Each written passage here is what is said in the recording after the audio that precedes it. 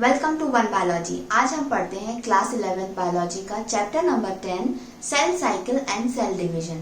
इस चैप्टर में हम क्या पढ़ेंगे जो आपने सेल चैप्टर नंबर 8 में पढ़ा है, सेल का स्ट्रक्चर, सेल के अंदर क्या प्रेजेंट होता है, सेल की मेम्ब्रेन्स, वही सेम सेल एक पर्टिकुलर साइकिल में एंटर करता है और उस सेल में बहुत सारे चेंजेस आते हैं। वो सारे चेंजेस पढ़ेंगे इस चैप्टर में। नेक्स्ट हम पढ़ेंगे सेल डिवीजन, यानी कि जब वो सेल डिवाइड होता है, रिप्रोड्यूस करता है, तो कितनी डॉटर सेल्स बनती हैं, उसमें क्या क्या चेंजेस आते हैं, और एक सेल डिवीजन में कितने स्टेप्स होते हैं, नंबर ऑफ स्टेप्स, कितने डिवीजन स्टेप्स में एक सेल अपने आप को डिवाइड कर पाता है। तो हर एक स्टेप का फंक्शन पढ़ेंगे। अब देखते हैं कि ये चैप्टर में क्या डिफिकल्टीज होती हैं जो आपको ये वीडियो देखने के बाद में नहीं होगी। सबसे पहली बात, जो सेल साइकिल के फेजेस होते हैं और सेल डिवीजन की जो स्टेप्स होती हैं, इनके नाम याद रखना आपको जरूरी है। हर एक फेज में और हर एक स्टेप में कोई पर्टिकुलर फंक्शन होता है, कुछ इवेंट होते हैं, कुछ चेंजेस आते हैं सेल के अंदर। वो चेंजेस क्या होते हैं और क्यों होते हैं, वो सारे आपको याद रखने होते हैं। तो ये बिल्कुल भी डिफिकल्ट नहीं है, बहुत इजी है। ये वाला वीडियो पूरा देख लेना, ये वाला चैप्टर बहुत इजी तरीके से समझ में आ जाएगा। सबसे पहले सेल साइकिल और सेल डिवीजन को पढ़ने से पहले हम थोड़ा सा सेल के बारे में जानते हैं।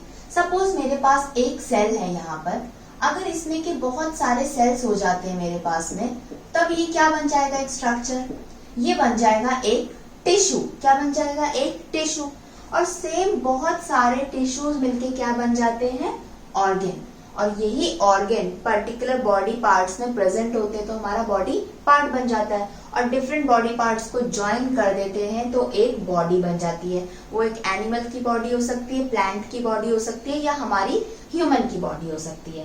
तो इट मीन्स एक सेल को बॉडी बनने के लिए, अपने से ज्यादा कॉम्प्लेक्स स्ट्रक्चर बनने के लिए कुछ प्रोसेस को फॉलो करना पड़ता है, या उसमें कुछ चेंजेस होते हैं। वो चेंजेस क्या होते हैं, फर्स्ट होता है ग्रोथ। अगर एक सेल कोई बड़ा कॉम्प्लेक्स बॉडी पार्ट या बॉडी या ऑर्गन या टिश्यू बनना चाहता है तो उसमें ग्रोथ होना जरूरी है। तो फर्स्ट फैक्टर क्या हो गया, कैरेक्टरिस्टिक फीचर क्या हो गया, ग्रोथ। नेक्स्ट, अब एक सेल ग्रो कर गया, ग्रो मीन्स साइज में ग्रो करेगा सेल, और उसके अंदर जो भी प्रेजेंट है वो भी ग्रो करेंगे। हो सकता है उनके नंबर भी चेंज हो जाते हैं, इंक्रीज हो जाते हैं। ग्रोथ मीन्स हमेशा इंक्रीज होती है। तो जब वो इंक्रीज हो जाते हैं तो एक टाइम के बाद वो क्या करते हैं, रिप्रोड्यूस करते हैं। लाइक जब अपनी क्लास में, सपोज अप्रैल में आपका सेशन स्टार्ट हुआ क्लास 11 का, तो by the end of December आपके पास बहुत सारी नॉलेज हो जाती है, फिजिक्स की, केमिस्ट्री की, बायोलॉजी की। तब आप एग्जाम दे सकते हो कि हाँ, मैं हाफ ईयरली एग्जाम दे सकता हूँ या दे सकती हूँ, बिकॉज मैंने इतने चैप्टर्स पढ़ लिए हैं। तो सेम सेल का है, जब वो पर्टिकुलर ग्रोथ कर जाता है उसके बाद वो रिप्रोड्यूस करता है। आप लोग भी जब उतने चैप्टर्स पढ़ लेते हो तभी एग्जाम में अपनी आंसर शीट में उस चीज को प्रोड्यूस कर पाते हो जो आपने पढ़ी है। डायरेक्टली एक सेल रिप्रोड्यूस नहीं कर सकता, पहले उसको ग्रो होना जरूरी है। तो सेकेंड पॉइंट क्या हो गया, रिप्रोड्यूस। तो जितने भी लिविंग ऑर्गेनिजम्स प्रेजेंट होते हैं वर्ल्ड में, बायोस्फीयर में, उनकी कैरेक्टरिस्टिक्स फीचर्स दो हैं। First, growth. अगर एक सेल है, किसी लिविंग ऑर्गेनिज्म प्रेजेंट है, तो वो डैम श्योर कंपलसरी वो ग्रोथ करेगा। सेकेंड, रिप्रोड्यूस करेगा। क्या करेगा, रिप्रोड्यूस, यानी कि रिप्रोडक्शन करेगा अपने जैसे दूसरे सेल्स को बनाने के लिए। ये इतना पार्ट समझ में आ गया कि सेल की दो कैरेक्टरिस्टिक फीचर क्या होती है। अब देखते हैं सेल साइकिल को, कि सेल साइकिल क्या होती है। एक सेल, उसका बर्थ हुआ, यानी कि उसका जन्म हुआ, ठीक है। एक टाइम के बाद उसको कुछ न्यूट्रिएंट्स मिलते जाते हैं, या वो अपने आप ढूंढ लेता है, वो क्या करता है, ग्रो करता है, साइज में क्या कर जाता है, इंक्रीज करता है। उसके बाद वो क्या करेगा, रिप्रोड्यूस करेगा, अपने जैसे और सेल्स बनाएगा, ठीक है। बना लिया, हम अपना ही एग्जाम्पल ले लेते हैं। हमारा जन्म होता है, हम बड़े होते हैं, पढ़ाई करते हैं, जॉब करते हैं, उसके बाद हमारी एक नॉर्मल लाइफ स्टार्ट होती है। लास्ट में जब 70-80 की एज में हो जाते हैं या 90 तक जाते हैं लकीली, तो उसके बाद क्या फेज आता है हमारा, डेथ का, डाई का। मतलब उसके बाद हमको मरना ही है। जो भी लिविंग ऑर्गेनिजम्स हैं, वो अगर उनका बर्थ हुआ है तो उनका डेथ होना भी कंपलसरी है। तो अगर कोई सेल की बर्थ हुई है और डेथ हुई है, तो वो क्या हो गई, कंप्लीट लाइफ साइकिल। ये पूरी लाइफ की बात है। लेकिन हमें क्या पढ़ना है, हमें लाइफ साइकिल पढ़ना है नहीं, हमें पढ़ना है सेल साइकिल। तो इट मीन्स हमें कहाँ तक पढ़ना है, हमें पढ़ना है उसका बर्थ, ग्रोथ और रिप्रोडक्शन। केवल यहाँ तक का जो पार्ट होता है इसको बोलते हैं cell cycle. Cell cycle, cycle cycle का टायर कैसा होता है, सर्कल होता है। तो हम यहाँ पे एक बना लेते हैं, क्या, सर्कल बना लिया।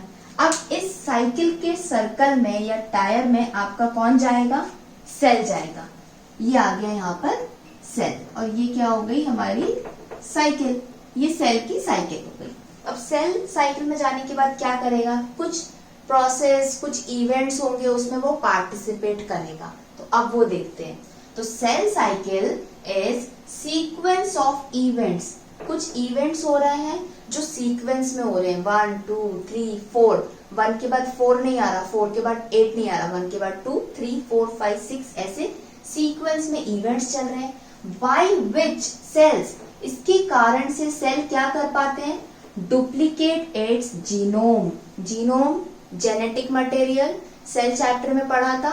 न्यूक्लियस के अंदर क्रोमैटिन मटेरियल, क्रोमैटिन डीएनए वही हमारा जेनेटिक मटेरियल है, वो क्या करेगा, डुप्लीकेट। तो इट मीन्स अगर ये सेल इस साइकिल में एंटर करता है तो इसके अंदर जो न्यूक्लियस है उसके अंदर जो डीएनए प्रेजेंट है वो क्या हो जाएगा, डुप्लीकेट, डबल हो जाएगा, उसके जैसा दूसरा बनेगा। ऐसा क्यों बनेगा वो बाद में पढ़ेंगे।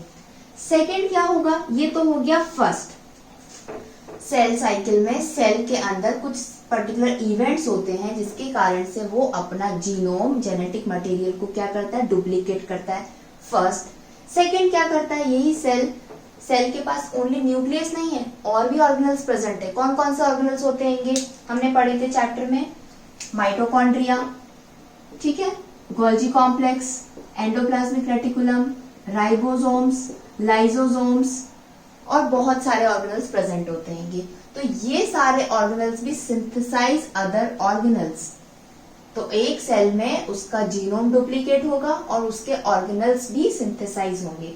ऐसा क्यों हो रहे हैं, ऐसा इसलिए हो रहा है क्योंकि अब एक सेल क्या कर रहा है, ग्रोथ कर रहा है, अपने आप को बढ़ा रहा है। जब वो बढ़ाता है तो उसके पास जो चीजें होती हैं वो क्या हो जाती हैं, डबल, एक्स्ट्रास में हो जाती हैं, और एक्स्ट्रा में होती है तभी वो आगे जाके क्या करता है, डिवाइड।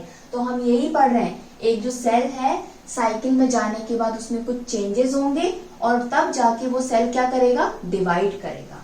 डिवीजन से हम एक एग्जाम्पल समझते हैं, बहुत बेस्ट एग्जाम्पल है। सपोज एक आदमी है, मान के चलो वो दादाजी है, ठीक है, कौन है, दादाजी है। दादाजी के पास में 5 एकड़ जमीन है, कितनी एकड़, 5 एकड़ जमीन है उसके, उनके पास में प्लॉट्स पड़े हैं उनके, और उनके 5 बेटे हैं। कितने बेटे हैं उनके, 5 सन्स हैं। तो जब उनकी डेथ आने को होगी या जब वो अपनी प्रॉपर्टी डिस्ट्रीब्यूट करना चाहेंगे तो हर एक लड़के को कितना मिलेगा, 1-1 एकड़ मिलेगा। लेकिन जो सेल है ना वो दादाजी की तरह काम नहीं करता, वो उनसे बहुत अच्छा काम करता है। वो क्या करता है, वो बोलता है मेरे पास जो है मैं उसको आधा आधा नहीं बांटूंगा, मैं क्या करूंगा, पहले उसको डबल करूंगा, फिर उसके बाद मैं अपनी जो नेक्स्ट जनरेशन है उसको पास करूंगा। अगर दादाजी बोलते हैं कि मैं सेल की तरह काम करूंगा तो वो क्या करेंगे, जो उनके पास 5 एकड़ की जमीन है उसको वो कितनी एकड़ बनाएंगे, 25 एकड़। पहले से ध्यान में रखेंगे कि मेरे 5 बेटे हैं और मेरे पास 5 एकड़ जमीन है, मैं सबको 1-1 नहीं दूंगा। क्यों, क्योंकि मेरे पास 5 है तो मेरे बेटों के पास में भी 5-5 होना चाहिए। अगर वो हर एक बेटे को 5 देना चाहेंगे तो उन्हें 5 की 25 करनी पड़ेगी, 5 की 25 करेंगे, और जब उनके पास 25 रहेगी तो वो हर एक बेटे को 5-5 दे पाएंगे। तो एग्जैक्टली जो उनके पास था जमीन सेम उनके बेटों के पास आई। तो सेल भी यही करता है, जो सेल साइकिल में जाने के बाद एक पॉइंट पे वो क्या करेगा, डिवाइड करेगा। डिवाइड क्यों करेगा, क्योंकि वो डॉटर सेल्स बनाएगा। डॉटर सेल्स क्यों बनाएगा, बिकॉज वो रिप्रोड्यूस कर रहा है। क्या कर रहा है, यहाँ पे मैं देखा रिप्रोड्यूस कर रहा है। ये जो सेल था हमारा रिप्रोड्यूस करेगा, तो इसके पास अंदर न्यूक्लियस में जो जेनेटिक मटेरियल है वो, या उसके पास जितने भी ऑर्गेनल्स है वो सारे इक्वल ही देगा जितनी उसकी डॉटर सेल्स बनेगी। आप एग्जाम्पल के रूप में देख लो, एक सेल है उसकी 2 डॉटर सेल है, तो अगर उसके पास एक न्यूक्लियस में कुछ जेनेटिक मटेरियल डीएनए प्रेजेंट है तो पहले वो डीएनए को डबल करेगा 2 टाइम्स, तब जाके अपनी एक डॉटर को एक डीएनए देगा। जो भी ऑर्गेनेल्स प्रेजेंट है, माइटोकॉन्ड्रिया को 2 कर देगा, इसको भी 2 सबको करेगा, उसके बाद वो सबको इक्वली डिस्ट्रीब्यूट कर देगा। तो इसलिए एक सेल को अपना जीनोम डुप्लीकेट करना पड़ता है और ऑर्गेनल्स को भी सिंथेसाइज करना पड़ता है। अगर वो ये पार्ट नहीं करेगा तो वो सेल डिवाइड नहीं करेगा, क्योंकि डिवाइड करने के बाद जो डॉटर सेल्स आएंगी उसको पास देने के लिए कुछ नहीं बचेगा। तो पहले उसको क्या करना पड़ेगा, बनाना पड़ेगा। बनाना इन द सेंस ग्रोथ करनी पड़ेगी, अपने अंदर अपने साइज को बढ़ाना पड़ेगा, साइटोप्लाज्म को बढ़ाना पड़ेगा, न्यूक्लियस के अंदर डीएनए को बढ़ाना पड़ेगा, सारे ऑर्गेनल्स को भी ज्यादा नंबर में करना पड़ेगा। तो ये होता है क्या, सेल साइकिल। सेल एक साइकिल में एंटर करता है, ग्रो करता है, ग्रोथ के बाद में वो क्या करता है, डिवाइड करता है। तो हम यही पढ़ेंगे, सेल साइकिल यहाँ तक, और उसके बाद जो डिवीजन है इसको बोलते हैं माइटोसिस। क्या बोलते हैं, माइटोसिस। तब हम नेक्स्ट क्या पढ़ेंगे, सेल डिवीजन और माइटोसिस। तो अभी फर्स्ट हम क्या पढ़ेंगे, ओनली सेल साइकिल का फर्स्ट पार्ट, फर्स्ट कि वो ग्रोथ कैसे कर रहा है, उसके अंदर सब चीजें कैसे बढ़ रही हैगी। तो सिंथेसाइज, डीएनए को सिंथेसाइज करेगा, जो क्रोमोसोम्स है उसको रेप्लिकेट कर देगा, उसके जैसे बहुत सारे क्रोमोसोम्स। ये सारे डिटेल में पढ़ेंगे हम लोग। नेक्स्ट एग्जाम्पल देखते हैं, जो आपकी बुक में एग्जाम्पल्स दे रखा है। अगर ये सेल एक ह्यूमन का सेल है, किसका सेल है, हमारा एक कोई भी नॉर्मल सेल है, तो इसको ग्रो करने के लिए, डिवाइड करने के लिए कितना टाइम लगता है, 24 आवर्स। कितना लगता है, 24 आवर्स। ह्यूमन सेल को लगता है 24 आवर्स। एक सेल साइकिल उसकी कितनी होती है, 24 आवर की। 24 आवर्स के अंदर वो क्या करेगा, अपने आप को ग्रो कर लेगा और डिवाइड कर लेगा, ह्यूमन का सेल। नेक्स्ट एग्जाम्पल है यीस्ट सेल। तो यीस्ट सेल होता है, इसको लगते हैं 90 मिनट्स, यानी कि लगभग कितना, 1.5 आवर। 1.5 घंटे के अंदर ये यीस्ट का सेल क्या करता है, अपने आप को ग्रो कर लेता है और डिवाइड कर देता है। अब देखते हैं सेल साइकिल के फेजेस, यानी कि सेल साइकिल फेजेस। एक जो सेल है उसका मेन इंपॉर्टेंट फंक्शन है डिवाइड करना, रिप्रोड्यूस करना, अपने जैसी प्रोजेनी डॉटर सेल्स को बनाना। लेकिन वो डिवाइड करने से पहले अपने आप को प्रिपेयर करेगा। जब आप एग्जाम्स देने जाते हो, जब आपने 10th के बोर्ड एग्जाम्स दिए थे, तो आपको 10-20 डेज एक्स्ट्रा मिलते हैं फेब मंथ में। वो आपको क्या रेस्ट करने के लिए देते हैं? नहीं, उनको पता है कि आपका मार्च में एग्जाम है, आपका सिलेबस कंप्लीट हो चुका है, तब वो आपका पीरियड होता है जब अपने आप को आप प्रिपेयर करते हो सबसे बेस्ट देने के लिए अपने एग्जाम में। तो उसी तरीके से जो एक सेल होता है वो अपने आप को प्रिपेयर करता है, उस फेज को हम बोलते हैं प्रिपरेटरी फेज। तो जो सेल एक साइकिल में जब एंटर करेगा डिवाइड होने के लिए, एक सेल एक साइकिल में कब एंटर करता है? अपने आप को डिवाइड करने के लिए एंटर करता है। तो एंटर करने से पहले वो 2 फेज में जाता है। फर्स्ट फेज होता है इंटरफेज और सेकंड होता है एम फेज, यानी कि माइटोसिस। ये किसने कहा कि सेल साइकिल में जाने के बाद में 2 फेजेस में आता है? यानी कि सेल साइकिल फेजेस जो वर्ड है या जो पूरी प्रोसेस है वो डिस्कवर करी थी फ्लेमिंग ने। किसने? फ्लेमिंग ने। अब बात करते हैं फर्स्ट इंटरफेज की। ये तो हो गया एम फेज, माइटोसिस यानी कि डिवीजन। मतलब यहाँ पे अगर सेल पहुंच गया इस वाले फेज में, तो यहाँ पर मतलब मेन एग्जाम आ चुका है आपका, ये मार्च चल रहा है, ठीक है, एग्जाम डेट आ गई, आपको एग्जाम देना ही है। ये आते हैं अब इंटरफेज पे, यानी कि इंटरफेज को हम बोलते हैं रेस्टिंग फेज, ग्रोथ फेज। यानी कि यहाँ पर जो सेल है वो अपने आप को क्या कर रहा है? ग्रो कर रहा है। पहले ऐसे एज्यूम किया जाता था कि जो सेल का मेन इंपॉर्टेंट पार्ट होता है डिवीजन, और माइटोसिस सबसे इंपॉर्टेंट पार्ट होता है सेल साइकिल का, लेकिन ऐसा नहीं है। सबसे इंपॉर्टेंट पार्ट होता है इंटरफेस, और ये पार्ट जो होता है किसी भी सेल का 95% होता है।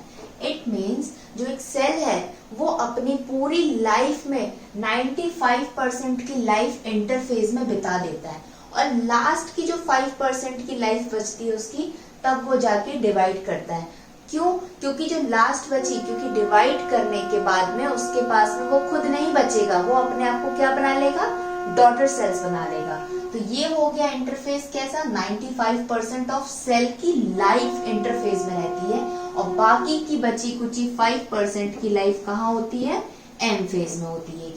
यहाँ पर जो इंटरफेज है, अगेन जो सेल है वो 3 फेजेस से होके गुजरता है। जैसे आपको जब बोर्ड का मेन एग्जाम देना होता है तो आपको कितने प्री बोर्ड्स देने पड़ते हैं, pre board 1, pre board 2, pre board 3, और उसके बीच में आपको सेमीफाइनल एग्जाम्स भी होते हैं, टेस्ट भी होते हैं, और कुछ वीक है तो उनके लिए और एक्स्ट्रा टेस्ट होते हैं। तो सेम उसी तरीके से एक सेल को मेन माइटोसिस एग्जाम देने से पहले बहुत सारे फेज में गुजरना पड़ता है, अपने आप को ग्रो करना पड़ता है, अपने आप के अंदर कुछ क्वालिटीज डेवलप करनी होती हैं। तो फर्स्ट फेज होता है G1 फेज, ग्रोथ फेज। यहाँ पे जो G है आप इसको गैप भी बोल सकते हो, ग्रोथ भी बोल सकते हो। तो ये मैंने एक बनाई है क्या, सेल की साइकिल।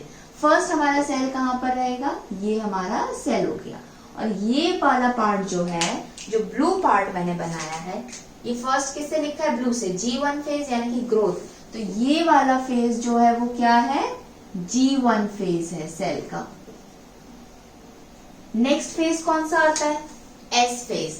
क्या आता है नेक्स्ट, S फेज यानी कि सिंथेसिस फेज। इस फेज में जो सेल है G1 फेज क्रॉस करने के बाद जब S फेज में आता है तब सेल के अंदर कुछ सिंथेसाइज होता है, वो हम नेक्स्ट बाद में देखेंगे डिटेल में। पहले ओवरऑल व्यू ले लो कि एक सेल को फर्स्ट वो G1 फेज में आता है, इंटरफेज में अभी रेस्ट कर रहा है सेल, ठीक है, रेस्ट कर रहा है वो, अभी अप्रैल से आपका स्टार्ट हुआ है सेशन। G1 में आया, S फेज में आया, उसके बाद वो किस फेज में आएगा, G2 फेज में आएगा। ये रहा, ये फेज कौन सा हो गया, G2 फेज सेल का। जब G1, S और G2 फेज कंप्लीट हो जाता है तब एक सेल पूरी तरीके से मैच्योर हो जाता है, क्या होने के लिए, डिवाइड होने के लिए। तब ये वाला पार्ट क्या आता है उसका, M फेज, यानी कि यहाँ पर क्या होगा, माइटोसिस, डिवीजन होगा। अगेन जो ये M फेज है ये 4 पार्ट्स में डिवाइड है। आपकी 11th क्लास के हिसाब से जस्ट 4 पढ़ना है, वैसे तो हर फर्स्ट पार्ट में भी 5 पार्ट्स होते हैं और बहुत सारे पार्ट्स होते हैं, बट आप ऊपर से देख लो। सबसे पहला होता है प्रोफेज, क्या होता है, प्रोफेज। देन होता है मेटाफेज, उसके बाद होता है एनाफेज। अभी इसको समझेंगे तो पूरा याद हो जाएगा। टीलोफेज, PMAT, ठीक है, ये हो गया। तो आप इसको यहां पे लिख सकते हो, ये वाला हो गया प्रोफेज, ये वाला पार्ट हो गया मेटाफेज,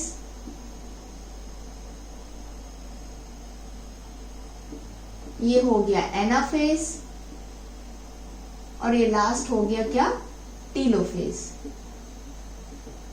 ये हो गया टीलोफेज। इसको और अच्छे से बना लेते हैं। ये हो गया प्रोफेज, ये हो गया मेटाफेज, ये हो गया आपका एनाफेज, और ये हो गया आपका टीलोफेज। यानी कि सेल अभी ये पूरा कितना पार्ट है, पूरा ये वाला, ये हो गया आपका इंटरफेज। यहां से लेके यहां तक का पूरा हो गया ये इंटरफेज। रेस्टिंग फेज में है। रेस्टिंग फेज में एक सेल को कितने एग्जाम देने पड़ते हैं, 3 एग्जाम देने पड़ते हैं, G1, S एंड G2। और फिर जब वो एक G1 इंटरफेज में 3 एग्जाम दे के आ गया, अब वो M फेज में पहुंच गया। M फेज में उसको अगेन 4 एग्जाम्स देने हैं, प्रोफेज, मेटाफेज, एनाफेज, टीलोफेज। उसके बाद में डॉटर सेल्स प्रोड्यूस होगी। अब नेक्स्ट हम क्या देखेंगे, ये बस हमने ऊपर ऊपर का देख लिया कि जो सेल साइकिल के फेजेस होते हैं वो 2 होते हैं। इंटरफेज, पहले सेल रेस्ट करता है, अपने आप को प्रिपेयर करता है। इंटरफेज, रेस्टिंग फेज या प्रिपरेटरी फेज बोलते हैं। ये सबसे मैक्सिमम टाइम 95% ऑफ सेल यहाँ पर ही पड़े रहते हैं। मतलब पूरी जो लाइफ है इसकी, अगर एक घंटे की लाइफ है अगर एक सेल की, तो ये 45 मिनट्स पूरा इंटरफेज में ही पड़ा रहेगा। लास्ट के 15 मिनट में एम फेज में जाता है। नेक्स्ट क्या होता है, एम फेज। और इंटरफेज के अंदर again G1, S phase, G2 phase होता है। एम फेज के अंदर prophase, metaphase, anaphase and telophase होता है। अब हम क्या पढ़ेंगे, अब हम पढ़ेंगे जो एक सेल का आपको स्ट्रक्चर माइंड में याद होना चाहिए। सेल है, न्यूक्लियस है, सेल मेम्ब्रेन है, साइटोप्लाज्म है। साइटोप्लाज्म के अंदर mitochondria, ribosomes, endoplasmic reticulum, Golgi complex, lysosome, peroxisome, ये सब प्रेजेंट है। सेंट्रोसोम भी प्रेजेंट है। अब ये सब स्ट्रक्चर में कुछ ना कुछ चेंजेस आएंगे, एक सेल में चेंजेस आएंगे, G1 में अलग होगा, S में अलग होगा, G2 में अलग होगा और यहाँ पे कुछ अलग होगा। तो अब वो हम डिटेल में देखेंगे। पहले ओवरऑल व्यू समझ लो कि अब हम जो नेक्स्ट पढ़ने वाले हैं वो G1 फेज पढ़ने वाले हैं। अब स्टार्ट कर रहे हैं जो इंटरफेस की एक एक फेज को डिटेल में पढ़ेंगे कि सेल में क्या चेंजेस हो रहे हैं। उससे पहले एक बना लेते हैं सेल, और क्या बनाएंगे सेल के अंदर, एक छोटा सा न्यूक्लियस, और बाकी यहाँ पे क्या पड़ा हुआ है, ये पूरा साइटोप्लाज्म है और इसके अंदर बहुत सारे ऑर्गेनेल्स प्रेजेंट है। सबसे पहले इंटरफेज में, रेस्टिंग फेज में सेल है हमारा प्रेजेंट। अब वो जा रहा है कौन से फेज में, G1 फेज में। फर्स्ट उसका एग्जाम आ गया है G1 फेज में। G1 फेज में सेल क्या करेगा, सबसे पहले growth in the sense in the form of increase in size, cytoplasm increase हो जाएगा। जो इसके अंदर यहाँ पे साइटोप्लाज्म पड़ा है, इसका जो वॉल्यूम है वो क्या हो जाएगा, बढ़ जाएगा। तो सेल का साइज इंक्रीज हो गया। प्रोटीन एंड आरएनए सिंथेसिस, यानी कि इस सेल के अंदर अब प्रोटीन भी फॉर्म होगा, आरएनए भी सिंथेसाइज होंगे। ऐसा क्यों होगा, ऐसा इसलिए होगा, आप याद करो जो न्यूक्लियस था, न्यूक्लियस के अंदर क्या प्रेजेंट था, क्रोमैटिन मटेरियल प्रेजेंट था। याद आया चैप्टर 8 का, क्रोमैटिन मटेरियल था। देन उसमें क्या था, क्रोमैटिन मटेरियल में डीएनए के थ्रेड्स थे, ये डीएनए हो गया। डीएनए क्या करता है, ट्रांसक्रिप्शन करता है। डीएनए को अपने जैसी एक और कॉपी बनाना होती है या प्रोटीन्स बनाने होते हैं, ट्रांसक्रिप्शन प्रोसेस। तो डीएनए क्या फॉर्म करता है, एक एमआरएनए फॉर्म करता है। फिर एमआरएनए के पास में कौन आता है, एमआरएनए के पास में राइबोसोम्स आते हैं। राइबोसोम्स आने के बाद क्या हो जाता है, यहाँ पे क्या फॉर्म हो जाते हैं, प्रोटीन्स फॉर्म हो जाते हैं। क्या फॉर्म हो जाते हैं ये, प्रोटीन्स फॉर्म हो जाते हैं। प्रोटीन्स को बनने के लिए क्या चाहिए, अमाइनो एसिड्स चाहिए। तो डीएनए से जो एमआरएनए बनता है उस प्रोसेस को क्या बोलते हैं, ट्रांसक्रिप्शन। और जब एमआरएनए से यहाँ प्रोटीन बनता है तो इसको बोलते हैं ट्रांसलेशन। तो इट मीन्स जो क्रोमैटिन मटेरियल यहाँ न्यूक्लियस में प्रेजेंट था, इसमें जो डीएनए प्रेजेंट था, अगर इसको फंक्शन करना है तो इसको क्या चाहिए, आरएनए भी चाहिए, प्रोटीन भी चाहिए, एनर्जी भी चाहिए। तो G1 फेज के अंदर यही होता है, यही प्रोटीन्स फॉर्म होते हैं और ये जो आरएनए सिंथेसाइज होता है ये एमआरएनए सिंथेसाइज होता है। एमआरएनए के साथ में प्रोटीन्स बनने के लिए, अमाइनो एसिड्स को लाने के लिए और भी आरएनएस लगते हैं जिसका नाम होता है टीआरएनए, और होता है एक और एमआरएनए, टीआरएनए और आरआरएनए। आपको अगर इनके नाम याद नहीं होते हैं तो नहीं याद करिए, बस इतना याद रखिए कि G1 फेज के अंदर जो सेल है उसका साइटोप्लाज्म बड़ा होता है। न्यूक्लियस के अंदर जो डीएनए प्रेजेंट होता है वो ट्रांसक्रिप्शन ट्रांसलेशन प्रोसेस करता है, प्रोटीन्स फॉर्म करता है, एमआरएनएस लगते हैं, टीआरएनए, आरआरएनए। तो आरएनए और प्रोटीन का सिंथेसिस होता है। ऑर्गेनल सिंथेसाइज और कॉपीज, जो साइटोप्लाज्म में ऑर्गेनल्स प्रेजेंट है, माइटोकॉन्ड्रिया हो गया या और कौन से, लाइसोसोम्स हो गए, पैरोक्सीसोम्स हो गए, राइबोसोम्स हो गया, एंडोप्लाज्मिक रेटिकुलम, गोल्गी कॉम्प्लेक्स, वो सभी यहाँ पे सिंथेसाइज हो जाएंगे। क्यों, और ज्यादा नंबर में बनने लगेंगे। तो ये कंप्लीट हो गया क्या, G1 फेज में। अब आते हैं कौन सा फेज, S फेज के अंदर। अब सेल कौन से फेज में आ गया, S फेज में आ गया है। सेल पहले से थोड़ा बड़ा हो गया है, उसका जो अंदर की न्यूक्लियस के अंदर की मशीनरी थी वो भी काम कर चुकी है, प्रोटीन बन चुका है, आरएनए बन चुका है। अब क्या करेगा, डीएनए सिंथेसाइज करेगा, रेप्लिकेट करेगा, अपने जैसा दूसरा डीएनए बनाएगा। एस फेज, एस का मतलब ही यही होता है सिंथेसिस, यानी कि किसका सिंथेसिस हो रहा है, डीएनए का। जो एक सेल था, सेल साइकिल के अंदर गया, उसमें एस फेज में जाने के बाद उसके न्यूक्लियस के अंदर डीएनए क्या हो गया, डबल हो गया और ज्यादा बन गया।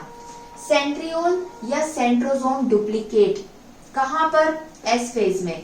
यहाँ पे हमने पहले पढ़ा था, यहाँ पे एक सेंट्रियोल करके एक ऑर्गेनल प्रेजेंट होता है। क्या प्रेजेंट होता है, सेंट्रियोल। आगे हम पढ़ेंगे इसका फंक्शन क्या होता है। सेंट्रियोल का स्ट्रक्चर पढ़ा था। सेंट्रियोल जो होता है, इसमें की 2 यूनिट्स होती है सेंट्रियोल की, और ये एक मिलके क्या बना लेते हैं, सेंट्रोसोम बनाते हैं। तो सेंट्रोसोम सेल साइकिल में कहाँ फॉर्म होते हैं, ये फॉर्म होते हैं एस फेज में। इंपॉर्टेंट पॉइंट यहाँ पर ये है जो डीएनए सिंथेसाइज हो रहा है वो कहाँ पर होता है? ऑब्वियस सी बात है, न्यूक्लियस में प्रेजेंट है तो कहाँ पे सिंथेसाइज होगा डीएनए? न्यूक्लियस में। और जो सेंट्रियोल या सेंट्रोसोम है वो कहाँ सिंथेसाइज होंगे?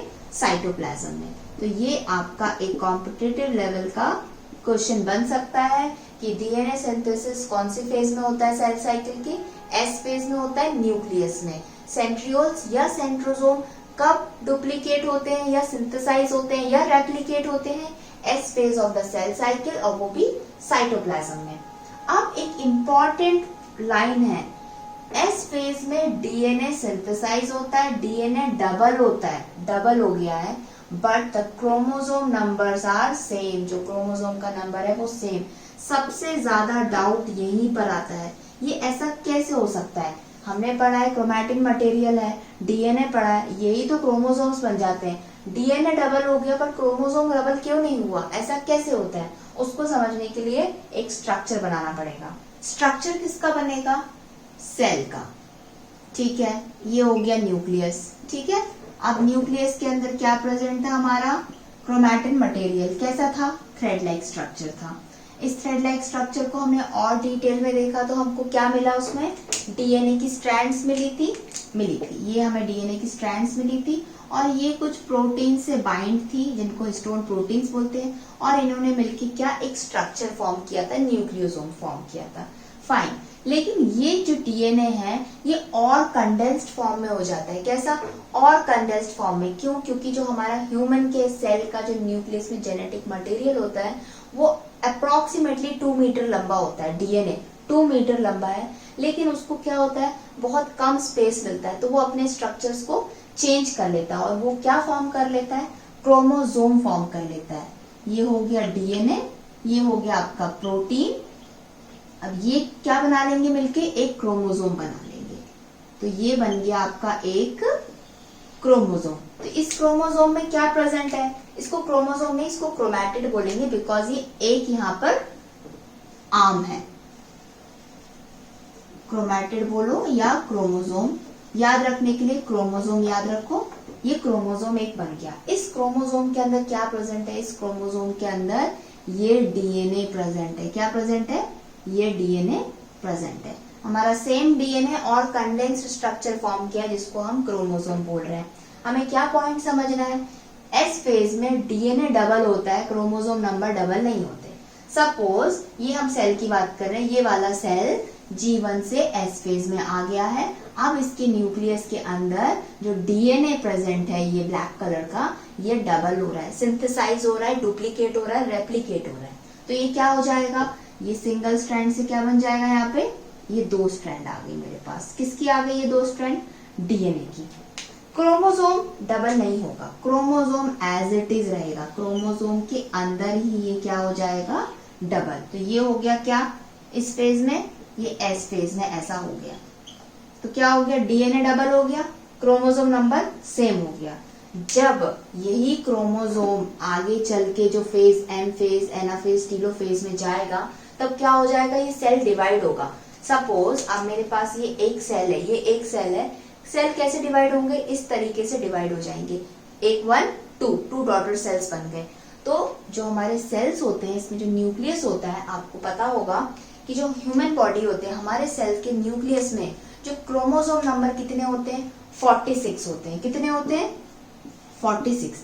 इसमें के जो क्रोमोसोम्स है 1 2 3 4 5 6 7 8 9 10 करके 46 क्रोमोसोम्स होते हैं। 46 को 2 से डिवाइड कर दो, कितना हो गया? 23। और ये प्रेजेंट होते हैं, आप इनको कह सकते हैं 23 पेयर्स ऑफ क्रोमोसोम या 46 क्रोमोसोम। ठीक है, 46 क्रोमोसोम या 23 पेयर्स ऑफ क्रोमोसोम, इसलिए क्रोमोसोम हमेशा पेयर्स में प्रेजेंट होते हैं। तो अगर ये सेल को जिसके अंदर 46 क्रोमोसोम प्रेजेंट है, इसको डिवाइड होना है 2 सेल्स में, तो दोनों सेल में कितने जाने चाहिए? 20 23 जाना चाहिए? नहीं, दोनों के पास में 46 46 होना चाहिए। तो ये 46 क्या करेगा? अपने आप को और डबल कर लेगा। तो 46 का डबल कितना हो जाएगा? ये 2, यहाँ पे गया 4 + 8 92। तो कितने हो जाएंगे एक सेल के अंदर? जब 92 क्रोमोसोम्स होंगे तब वो सेल जाके क्या करेगा? एम फेज में जाएगा। एम फेज में जाने के बाद डिवाइड हो जाएगा, तो दोनों के पास में कितने हो जाएंगे डॉटर सेल्स में 46 क्रोमोसोम्स। तो जो डीएनए था ओनली डीएनए डबल हो जाता है, यहाँ पर क्रोमोसोम एज इट इज रहते हैं। जब एक फेज में आने के बाद में नेक्स्ट जब हम एम फेज पढ़ेंगे तब आपको और क्लियर हो जाएगा। ये जो क्रोमैटिड होता है, ये सॉरी क्रोमोसोम होता है, ये अलग अलग हो जाते हैं। क्या हो जाते हैं? अलग अलग, एक पहली डॉटर सेल में एक दूसरी डॉटर सेल में पहुंच जाता है। तो इस तरीके से जो जेनेटिक मटेरियल है, जो मेन डीएनए होता है, वो क्या हो जाता है? दो पार्ट में डिवाइड हो जाता है। ये दो स्ट्रैंड्स थी, एक एक में आ गई हैं, तो ये कितने बन गए आपके? 2 क्रोमोसोम हो गए, लेकिन ये एक अलग सेल के लिए बना, ये एक अलग सेल के लिए बना। इसको एक ही क्रोमोसोम बोलेंगे। ये एक क्रोमोसोम की सिस्टर क्रोमैटिड्स हो गई हैं। तो इस तरीके से डीएनए डबल होता है बट क्रोमोसोम नंबर हमेशा सेम रहते हैं। तो ये पार्ट इंपॉर्टेंट है एस फेज। इंटरफेज का सबसे लॉन्गेस्ट फेज होता है एस फेज। लॉन्गेस्ट इसलिए होता है क्योंकि यहाँ पे डीएनए को डबल होने में टाइम लगता है। अब बात करते हैं फाइनल फेज की, जो है G2 फेज। इसके बाद सेल पूरी तरीके से रेडी हो जाएगा डिवाइड होने के लिए। G2 फेज में क्या करता है सेल? अब getting prepare for M phase. अब उसको पता है कि मुझे डिवाइड होना है, तो वो cell prepare for the M phase. ये नेक्स्ट है RNA and protein synthesize. Example protein का क्या है? Tubulin protein. जब हम पढ़ेंगे आगे स्ट्रक्चर्स का, जब एक सेल डिवाइड होगा 2 पार्ट में, तो ये जो क्रोमोसोम्स है ना, यहाँ पर सपोज मैं ऐसे क्रोमोसोम्स बना रही हूं, यहाँ पर ये क्रोमोसोम्स क्या हो जाएंगे? ये इधर आएगा, ये इधर आएगा, और आगे चल के ये 2 सेल्स बन जाएंगे, तो दोनों के पास में क्या पहुंच जाएंगे? ऐसे क्रोमोसोम्स पहुंच जाएंगे, इक्वली डिस्ट्रीब्यूट हो जाएंगे। तो ये इधर जाएगा, ये इधर जाएगा, तो अपने आप नहीं चले जाएंगे, इनको कुछ पकड़ के खींचता है। कौन खींचता है? कुछ फाइबर्स खींचते हैं, कुछ थ्रेड लाइक स्ट्रक्चर्स होते हैं, फाइबर्स होते हैं, जिनको बोलते हैं स्पिंडल फाइबर्स या एस्ट्रल रेज बोलते हैं। और ये जो फाइबर्स बने होते हैं ये ट्यूबुलिन प्रोटीन के बने होते हैं। तो देखो G2 फेज के अंदर ट्यूबुलिन प्रोटीन बन रहा है। ये ट्यूबुलिन प्रोटीन एम फेज में यूज होगा जब क्रोमोसोम को खींचना होगा, 2 डॉटर्स के पास में पहुंचाना होगा। एक ही सेल को अपने आप को तोड़ना है, तोड़ेगा तो इक्वल पार्ट में टूटेगा, आधे इसके पास आधे इसके पास जाएंगे। तो खींचने के लिए कुछ स्ट्रैंड्स लगती हैं, उनको स्पिंडल फाइबर्स कहते हैं, और ये स्पिंडल फाइबर्स बने होते हैं ट्यूबुलिन प्रोटीन से। तो ये इतना पार्ट कंप्लीट हो गया सेल साइकिल का फर्स्ट फेज इंटरफेज, जिसको रेस्टिंग फेज बोलते हैं। एक्चुअल में रेस्टिंग नहीं होती है यहाँ पे, सेल की प्रिपरेशन होती है। G1 फेज के अंदर साइटोप्लाज्म बड़ा हो जाता है, प्रोटीन सिंथेसाइज होता है, आरएनए भी सिंथेसाइज होते हैं, mRNA, tRNA, rRNA। ऑर्गेनल्स भी डुप्लीकेट हो जाते हैं G1 फेज में। इम्पॉर्टेंट है एस फेज में ही न्यूक्लियस का जो डीएनए होता है वो डबल होता है, क्रोमोसोम नंबर डबल नहीं होता। और सेंट्रोसोम्स भी यहाँ पर ही डबल होते हैं एस फेज के अंदर। नेक्स्ट G2 फेज के अंदर आरएनए प्रोटीन अगेन ज्यादा क्या होते हैं? सिंथेसाइज होते हैं, जो डिफरेंट टाइप के प्रोटीन्स होते हैं। ये प्रोटीन्स ये वाले प्रोटीन से अलग होते हैं, ये डिफरेंट होते हैं, ये डिफरेंट है। और एटीपी बहुत ज्यादा बनती है, एनर्जी बनती है। क्यों? को अलग करना है, फार अपार्ट करना है, उसके लिए भी एनर्जी की रिक्वायरमेंट होती है। तो एटीपी का कंजप्शन बढ़ जाता है, एटीपी का फॉर्मेशन भी G2 फेज में बढ़ जाता है। तो अब हम देखेंगे सेल हमारा प्रिपेयर हो गया, अब एम फेज में जाने वाला है सेल।